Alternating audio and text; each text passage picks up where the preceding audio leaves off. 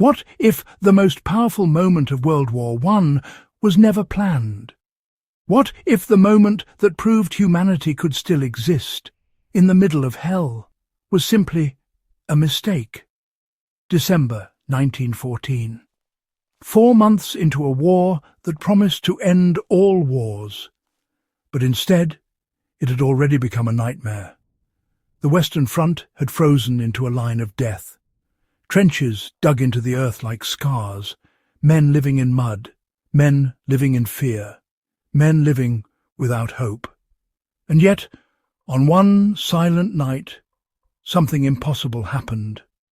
The Germans began to sing, not as an act of war, not as a threat, but as a prayer.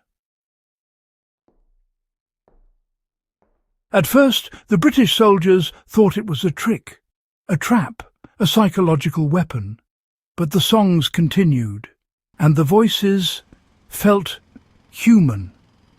What would you do if your enemy suddenly stopped trying to kill you? Would you shoot first or question the truth? A German soldier stepped out of his trench, not with a rifle, but with a white flag. He walked toward the British lines, not as a spy, not as a traitor. And then, the most unbelievable thing happened. They shook hands. They exchanged cigarettes. They exchanged stories. They exchanged names. Enemies turned into people. War is built on orders, on chains, on discipline. But this night, no order could contain what was happening. The truce wasn't planned, it wasn't negotiated, it wasn't approved, it just happened.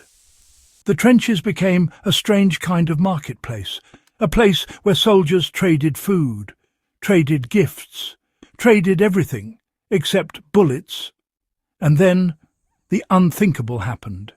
They played football in the middle of no man's land, between two armies that were supposed to be killing each other.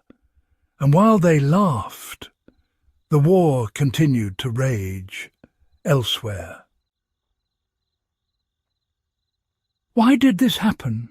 Was it a moment of weakness, a brief lapse in the machine of war? Or was it something deeper? A sign that war itself is an illusion, because in that moment the soldiers on both sides were not enemies. They were humans who shared the same fears, the same cold, the same longing for home.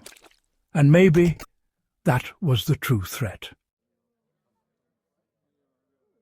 When commanders heard what happened, they were furious, not because the soldiers were alive, but because they were alive together, because it shattered the story of the enemy, because it proved the soldiers weren't monsters.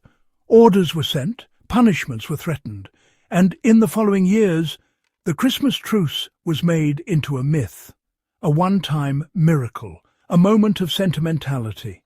That could be forgotten. But what if the real reason it was erased was because it was dangerous? Because if soldiers can stop fighting and start talking, then war loses its power. And war depends on power. The Christmas Truce didn't end the war. It didn't change the politics. It didn't stop the killing. But it did something else. It left a question in the air. What if the soldiers knew something the leaders didn't?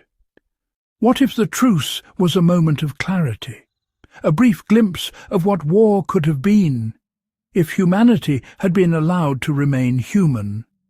And that is the real reason it still haunts us. Think about it. A spontaneous ceasefire, a shared celebration, a football game, soldiers from opposite sides, laughing, trading, treating each other as equals. If the war machine had allowed this moment to spread, if the truce had become a symbol, the war might have ended sooner. And that would have ruined the plan. So, what was the plan? Was it to keep the war going until the world was changed forever? To prove that humans can be forced to hate even when they don't want to? Or was it simply that war doesn't want to be interrupted? Today, the Christmas Truce is remembered as a miracle, a moment of light in the darkest year. But it's also a warning.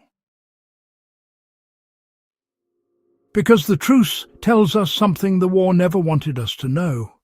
That the enemy is not always the one you're told to hate, and that sometimes the most dangerous act in war is simply choosing to see the human face of the other side. So ask yourself, if you were there in the trenches, would you have joined the truce? Would you have stepped into no man's land and shook hands with the enemy? Or would you have followed orders and fired anyway? Because the truth is, the Christmas truce wasn't just a moment in history. It was a question that still echoes today. And the answer is still being written.